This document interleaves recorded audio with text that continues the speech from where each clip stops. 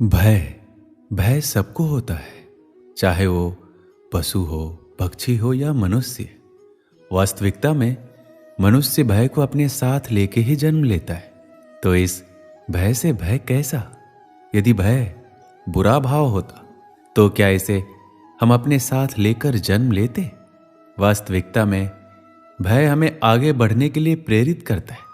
अब देखिए, जीवन जीने का भय आपसे स्वयं की सुरक्षा करवाने का प्रयास करता है। अपमान का भय सदाचार की ओर बढ़ाता है। किसी प्रिय को खो देने का भय उसके लिए कर्तव्य पालन करने की प्रेरित करता है। किंतु ये भय बुरा तब हो जाता है जब आप इसे अपने ऊपर हावी होने देते हैं, इसके लिए कुछ प्रयास नहीं कर पाते। इसलिए यदि इस भय को उपयोग में लाना है, आपको स्वयं इस भय के ऊपर हावी हो जाना पड़ेगा। तो तोड़ दीजिए भय की सीमाएं। अपनी आत्मा को छोड़ के किसी और के समक्ष सर मत झुकाइए।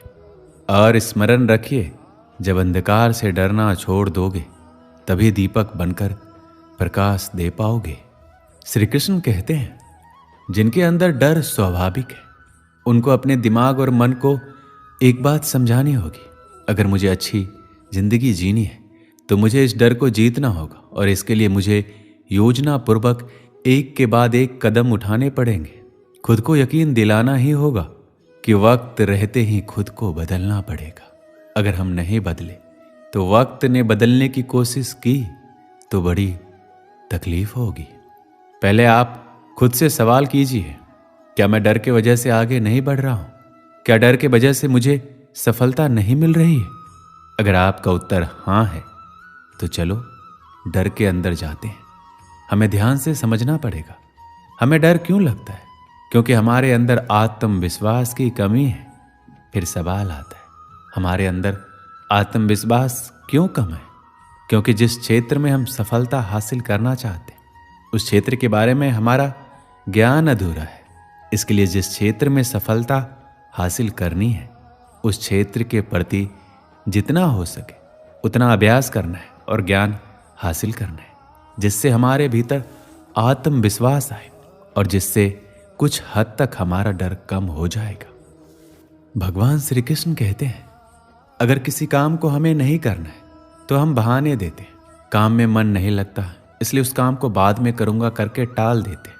कामों को आगे ढकेलने के लिए, काम नहीं करने के लिए, और जिस काम में मन नहीं लगता ऐसे सभी कामों के लिए हम जो कारण खोजते हैं उसे ही बहाना देना कहते हैं। बहुत सारे असफल लोग बहाने देते मिलेंगे, लेकिन उनको पता ही नहीं है बहानों से उनका कितना बड़ा नुकसान हो रहा है। इसे ध्यान से समझना, जब हम दूसरों को बहाना देते तो हम खुद को ही सफल होने से रोक रहे होते हैं। अपने दिमाग को अपने खुद की प्रगति पर काम करने से रोक रहे होते हैं। हम अपने दिमाग को निष्क्रिय बनाते हैं। हम दिमाग को ऐसा प्रशिक्षण देते हैं कि वो हमारे खिलाफ काम करे। जितना ज़्यादा हम बहाना देंगे उतना ही हमारे मन को खुद के खिलाफ काम करने को मजबूर कर देते हैं। इसका परिणाम ये होगा कि आप अपने ही कामों से दूर भागोगे, जिम्मेदारी से दूर भागोगे, काम में मन नहीं लगेगा, जीवन में उत्साह कम होगा, जीवन में सही निर्णय लेने में देर हो जाएगी, और फिर आप सोचेंगे कि ये सब मेरे साथ ही क्यों हो रहा है। ये सब आपके साथ इसलिए हो रहा है क्योंकि आपने ही बहाने दे देकर अपने मन और दिमाग को कुछ नहीं करने की आदत डाली है। भगवान श्री कृष्ण कहते हैं, मनुष्य का स्वभाव है कमाना, संग्रह करना, फिर चाहे धन हो, नाते हो, संबंध हो या प्रसन्नता। परंतु क्या आपने कभी सोचा है, नियति ने ये संग्रह करने की प्रवृत्ति मनुष्य में क्यों डाली? एक बीज से पौधा पनपता है, उसके भोजन से फल संग्रहित होते हैं। क्यों? इसलिए ताकि वृक्ष उसे स्वयं खा सके? नहीं, बल्कि इसलिए ताकि वो भूखे जीवों में बांटा जा सके। अब आप पूछेंगे कि इसमें वृक्ष का क्या लाभ? लाभ है, क्योंकि जो बांटता है वो मिटता नहीं। जो फल ये जीव खाते हैं और उसके बीजों को वातावरण में बिखेर देते हैं, जिससे जन्म लेते हैं नए वृक्ष, उसकी जाति, उसका गुण, उसकी मिठास अमर हो जाती है। श्री कृष्ण कहते हैं, मन बड़े ही विचित्र कृति है। ये मन शरीर के किस अंग में बसता है कोई नहीं जानता, किंतु संपूर्ण शरीर इस मन की इच्छा साकार करने के लिए प्रयास करता रहता है। अब यदि मन कुछ खाने का करे तो व्यक्ति उसकी इच्छा साकार करने का माध्यम ढूंढता रहता है। अब यदि मन किसी को शत्रु समझ ले तो व्यक्ति उसे नष्ट करने का हर संभव प्रयास करता है। अब यदि मन किसी से प्रेम करे तो उसकी प्रसन्नता के लिए हर सीमा लांघने के लिए सज्ज रहता है। परंतु जीवन सुखद हो इसके लिए यह आवश्यक है कि मन खाली रहे। भगवान श्री कृष्ण की बांसुरी की भांति भीतर कुछ भी नहीं है, ना राग है ना द्वेष, तब भी स्वर निकलता है। इसी प्रकार मन को भी भावनाओं से मुक्त रखना आवश्यक है। स्मरण रखिए, मन में कुछ भरकर जियोगे तो मन भर के नहीं जी पाओगे। भगवान श्री कृष्ण कहते हैं, मनुष्य की सोच संसार का सबसे गहन या कहो सबसे कठिन भाव है। कब क्या होने के पश्चात ये मन क्या सोच बैठेगा, ये कहना असंभव है।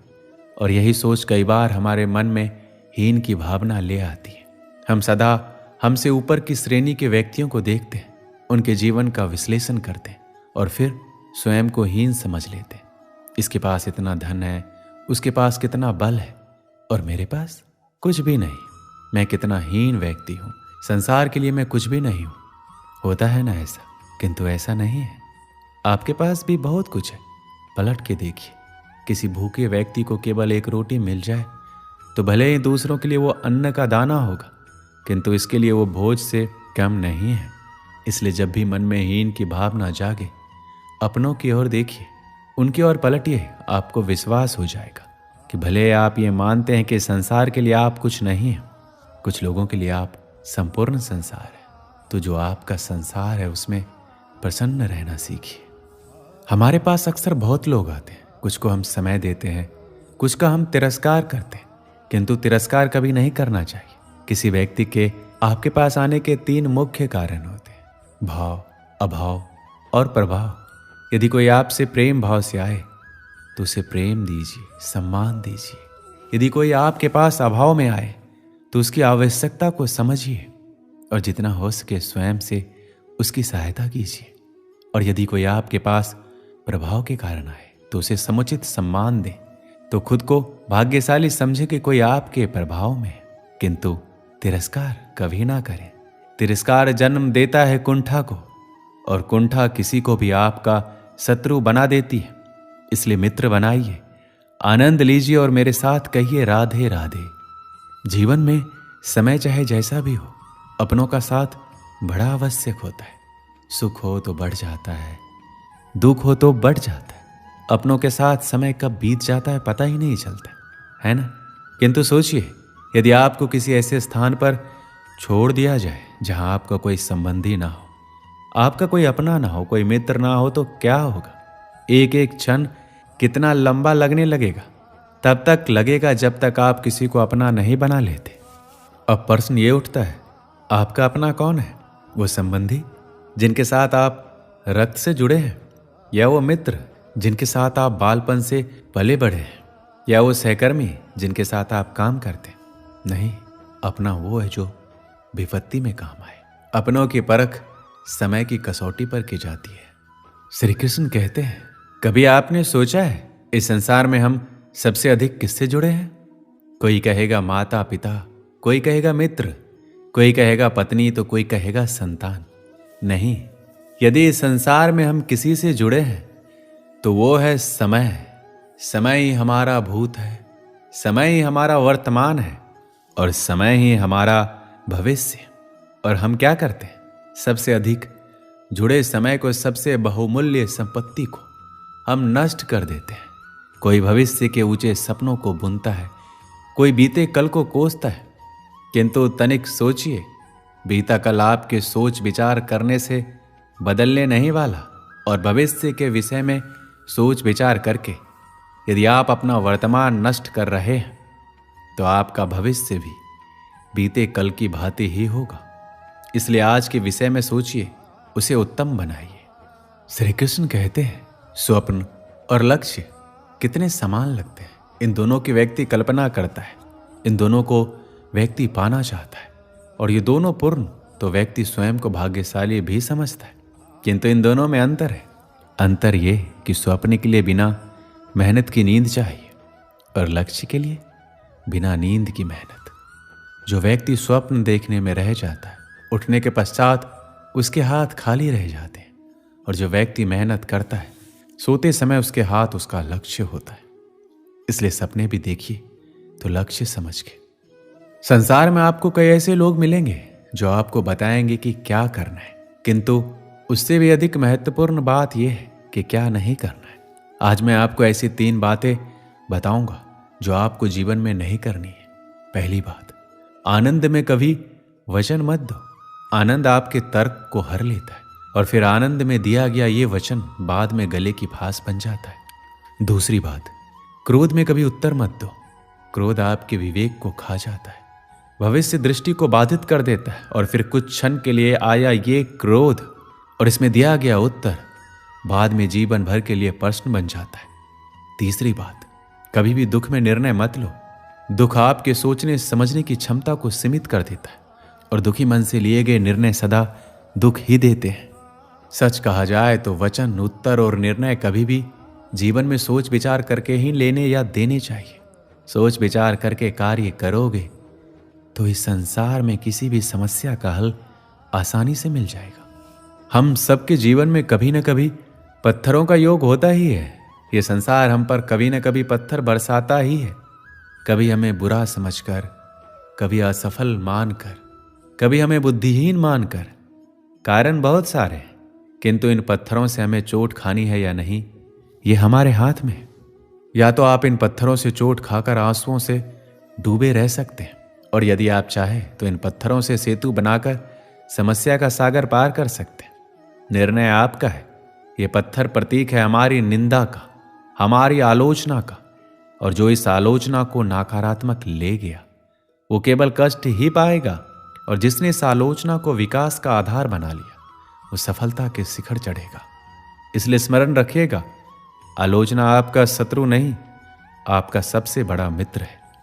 श्री कृष्ण कहते हैं, अक्सर आपके बड़े बूढ़ों ने आपसे कहा होगा कि यह संसार दुख का मूल है और ईश्वर भक्ति उस दोष से दूर जाने का मार्ग है। किंतु सोचिए, यदि यह संसार दुख का सागर होता तो क्या नियति आपको यहां जन्म लेने देती? क्या ईश्वर यहां पर अवतार लेते? जब समस्याओं पर हमारा वश नहीं चलता, हम आरोप लगाते हैं इस संसार पे, यहाँ के लोगों पे, सोचते हैं काश वो यहाँ पर आया ही नहीं होता। एक किसान बंजर धरती पर जाता है और अपने परिश्रम से उसे लहलहाते खेत में परिवर्तित करता है। एक दर्जी जिसके पास एक सामान्य सा वस्त्र जाता है, अपने परिश्रम से उसे एक सुंदर वेश में परिवर्तित कर देता है। आप भी परिश्रम कीजिए। यह महत्वपूर्ण नहीं है कि